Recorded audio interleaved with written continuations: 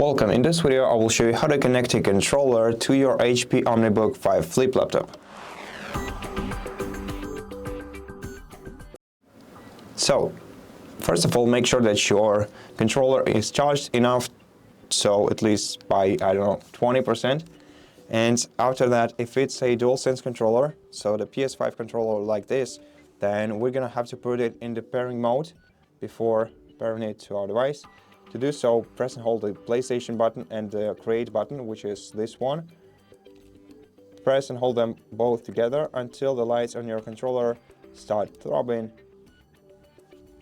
And after that, we're gonna have to open the control center on our laptop by clicking these three icons in the bottom right corner of the screen.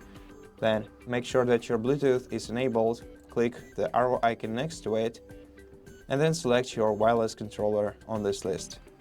And right now it is connected to your laptop. Now, if you are using an Xbox controller, then you're gonna have to first turn it on by pressing the Xbox button, which look at it approximately right here, so in the middle of this area. And once your device is turned on, hold the pairing button, which is located in this area. So just hold it down and wait until the lights start throbbing on your device. Then you should get a notification about your device, about your laptop detecting a laptop in this area. If you just click on this notification, you will start pairing with your controller. If you don't see this notification, then just like in the previous case, go to the Bluetooth devices and select your Xbox controller on this list.